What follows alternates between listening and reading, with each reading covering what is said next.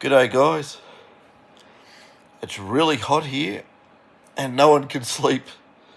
I've got a fan on and the air conditioner and it's like living in a tropical country.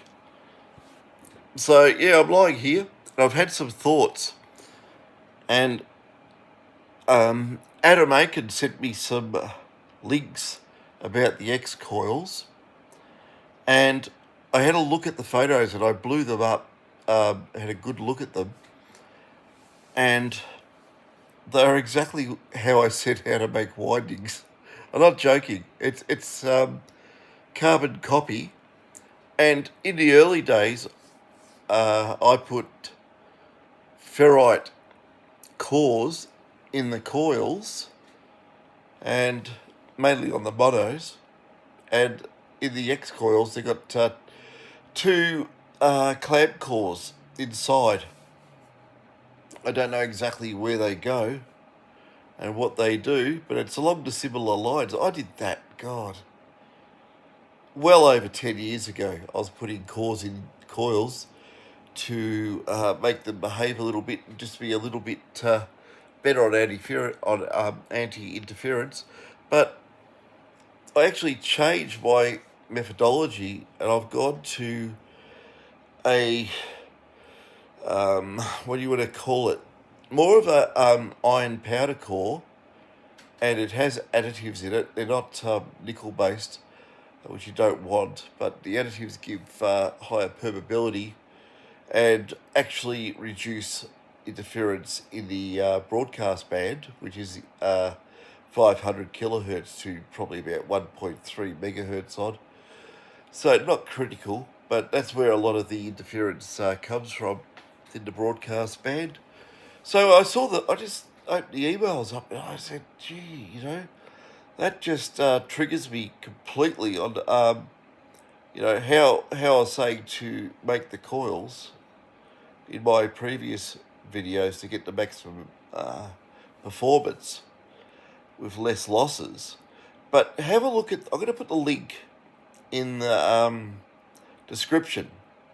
Have a look at the link and have a look at the coil windings. They're wound in a way, the multiple strands are wound that are rough, and is like one of the strands sticks out further than the others and causes a very close to a natural air gap.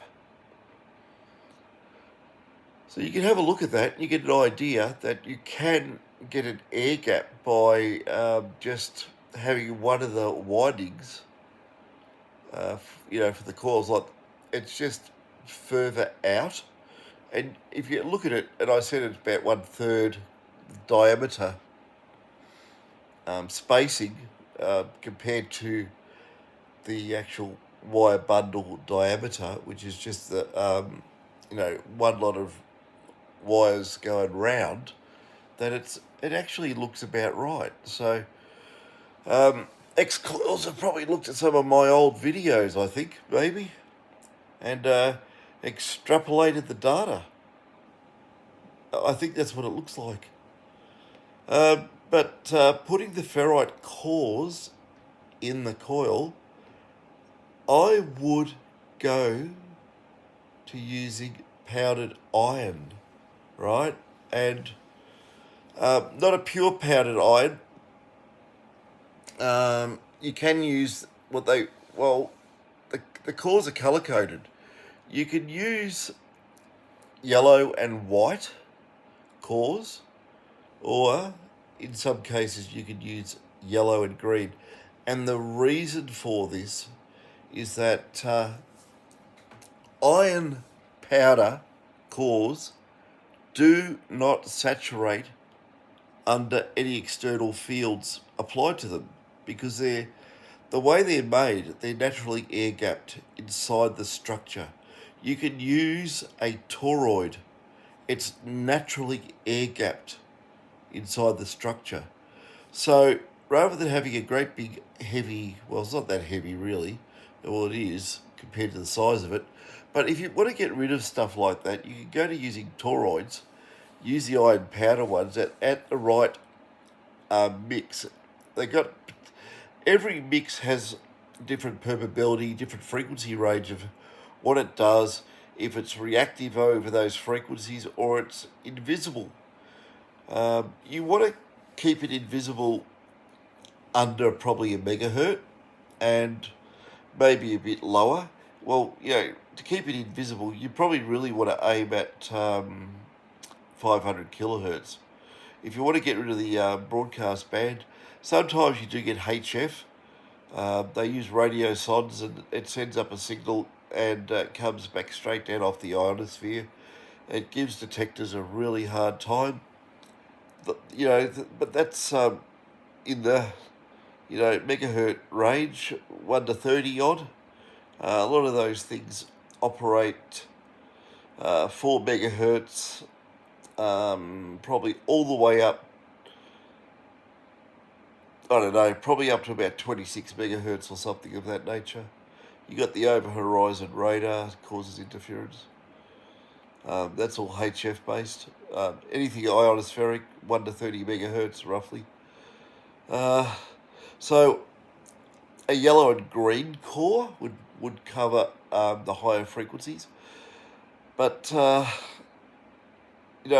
if you actually wound the winding through a toroid rather than going through a tube core, you can use a much smaller core, use an iron powder, and it won't saturate. You get away with very small cores, and I'm talking about probably 5 millimeters, 10 millimeters in diameter, not these big chunkers. And you have to experiment. So the way the X coils are working really well is because they are, in a way, air gapping between the windings.